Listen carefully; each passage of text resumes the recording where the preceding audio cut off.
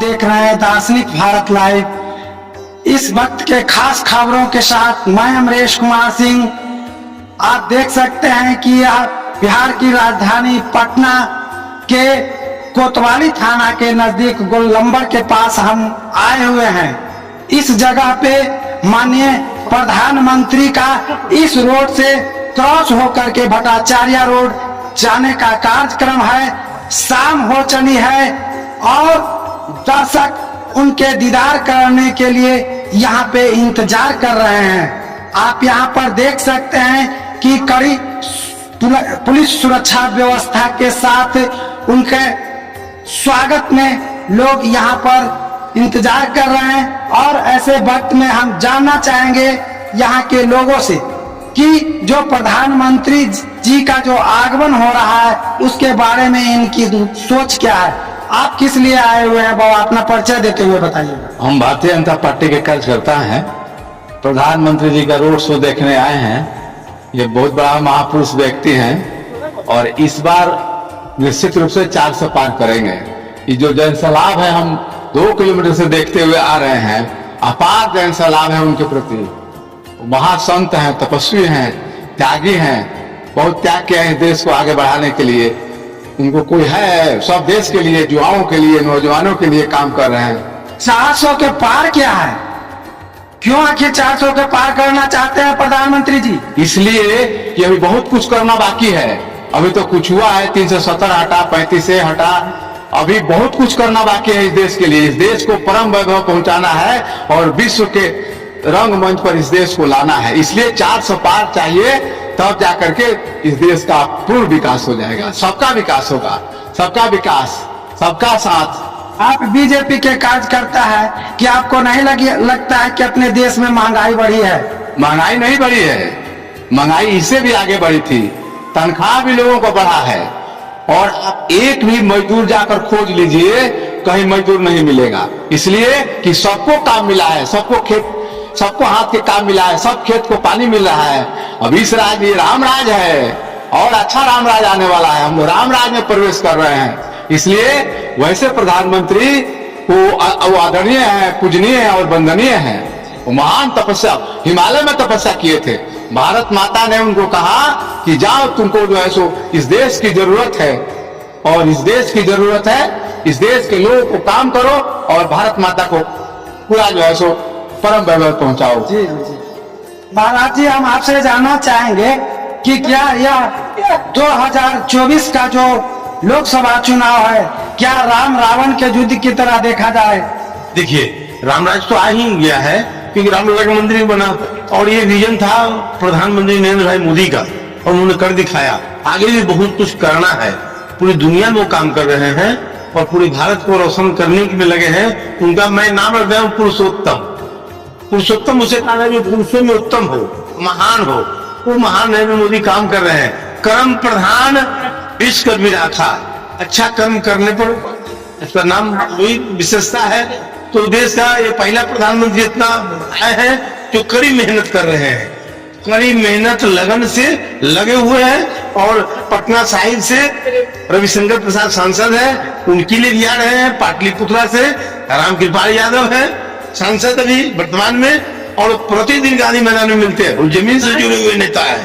प्रतिदिन गांधी मैदान में सुबह सुबह कोई भी व्यक्ति जाता है। 12वां महीना दिल्ली के इधर उधर तो बात अलग है, लेकिन पटना में रहते हैं। गुड़िया टोली में उनका घर है और ऐसा सच्चा ईमानदार व्यक्ति है। वो अपनी छवि भी उनका है। नरेंद्र मोदी के नाम पर तो वोट पूरे देश दे ही रहा है, लेकिन कहीं कहीं अपना भी व्यक्तित्व होता है। वो रामकृपाल यादव में देखा गया है और रोड शो में आ रहे हैं। जो पटना जिले में 2 लोकसभा है, दोनों का विजय हो, यही मैं कामना करता हूँ। सच्चाई बात यही ना है कि ऐसा जमीन से जुड़ा हुआ नेता को जोड़ना चाहिए। इसमें महंगाई को लेकर आप क्या कहना चाहिए? महंगाई नहीं है, दिन प्रतिदिन तो लोग अमन चैन से इतनी गाड़ी घोड़ा का बिक्री हो रहा है। एक से एक लोग कपड़ा पहन रहे, एक से एक बोल बना रहे हैं। महंगाई कहाँ है? ऐसा कोई बात नहीं है, ये भ्रम है। और अभी गरीब परिवार भी अमन चैन में जी रहा है। हाँ, बिहार सरकार को मैं धन्यवाद देता हूँ कि नाशाबंदी किया है, इसको और टाइट करे और देश के प्रधानमंत्री जी पूरे भारत में नशाबंदी कर दे दारू शराब का तो और विश्व गुरु बन जाएंगे, बहुत जल्दी बन जाएंगे। क्यों? रोड रास्ता का विकास हो रहा है, लेकिन उसमें चलने वाले लोग बर्बाद हो रहे हैं। उसको बचाना है, ये मैं चाहूंगा।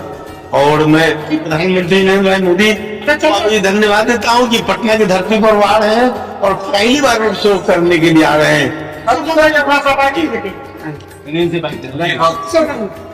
यहाँ पे आप देख सकते हैं कि एक तरफ प्रशासन को लोगों को कंट्रोल करने में मशक्कत करनी पड़ रही है, वहीं पर जो श्रद्धालु मोदी भक्त हैं वो मानने को तैयार नहीं है।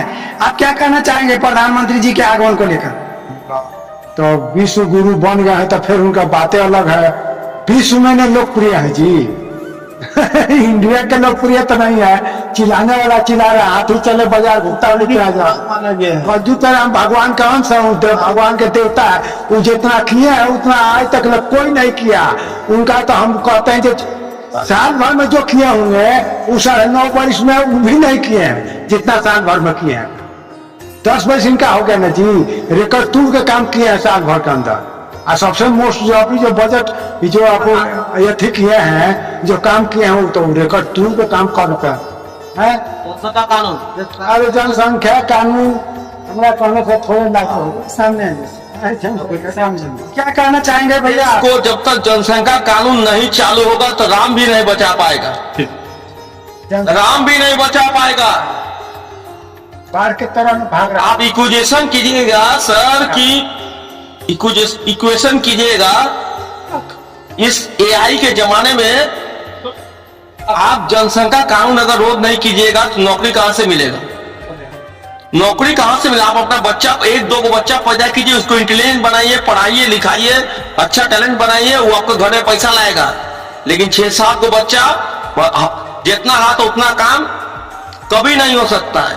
जितना हाथ उतना काम, कभी काम बंद हो सकता है, कभी ठेला हो सकता है, कोई गाड़ी हो सकता है, इससे कमाई कभी नहीं हो सकती। तो ये जनसंख्या नियंत्रण कानून जो है ये सिर्फ किसी एक खास जाति विशेष के लिए है हो या सब के लिए? सब जनरल सबके लिए, हमारे आपके लिए, सबके लिए। एक जाति विशेष के लोग हैं जो इसको नहीं मानते हैं। कोई जाति पाति नहीं है, सबके लिए यूनिवर्सल है, यूनिवर्सल है। सबके कानून सबके लिए एक है। जनसंख्या कानून अभी जरूरी है। जब चाइना में जब डेवलपमेंट हुआ था आज से 5 साल पहले, हमारे एक किया था, चाइना डेवलप कर गया। उसके बाद चाइना डेवलप के बाद कह रहा है कि जनसंख्या युद्ध घट रहा है, तब वो लोग परमिशन दिया है आज से 1.5 साल पहले। लेकिन हमारे देश में ये कानून, ये जो टाइट करना चाहिए, बहुत लूज कानून है। आप अपना परिचय दीजिए। नहीं, परिचय हम नहीं देंगे, हम सबके देश के हित में बता रहे हैं। हम कोई पार्टी नहीं करते हैं, हम इंडिविजुअल। प्रधानमंत्री जी से आपकी बात करने को मौका दिया जाए, हम कौन सा सवाल है? पहले जनसंख्या कानून, 100% जनसंख्या कानून। और अपना बच्चा 1 से 2 उसको ब्रिलियंट बनाइए, उसको तरीका से बनाइए, उसको पढ़ाई लिखाइए, उसको एडुकेटेड कीजिए, उसको हर सुविधा दीजिए कि समाज में एक प्रतिष्ठित हो। बहुत बहुत धन्यवाद आपको। जैसा कि आपने देखा कि यहाँ कोतवाली थाने गोलंबर के पास जो प्रधानमंत्री के दीदार करने के लिए भीड़ इकट्ठा हुई है, इन्होंने अपने एक तरफ तो प्रधानमंत्री को कोई गॉड मानते हैं, कोई ईश्वर मानते हैं, कोई अवतारी पुरुष मानते हैं।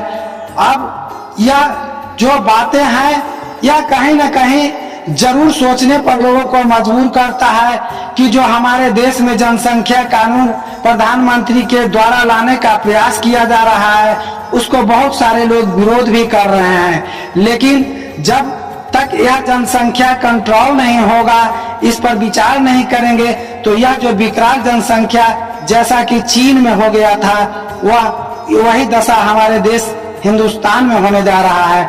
बहुत अच्छी बातों को उन्होंने कहा है। इसी तरह से प्रधानमंत्री के कई कार्यों को लोगों ने सर आंखों पे उठाया है। 370 धारा समाप्त करने की बात हो या श्री राम मंदिर लला मंदिर का निर्माण की बात हो, और इस तरह से जो आप देख सकते हैं कि प्रधानमंत्री ने जो काम किया है अपने देश के लिए और अपने पड़ोसी राज्यों के लिए, वह कहीं ना कहीं लोगों के दिलों को झकझोरता है, लोगों के दिलों को पसंद आता है। फिर मिलते हैं इसी तरह से अगले खबरों के साथ। जय हिंद।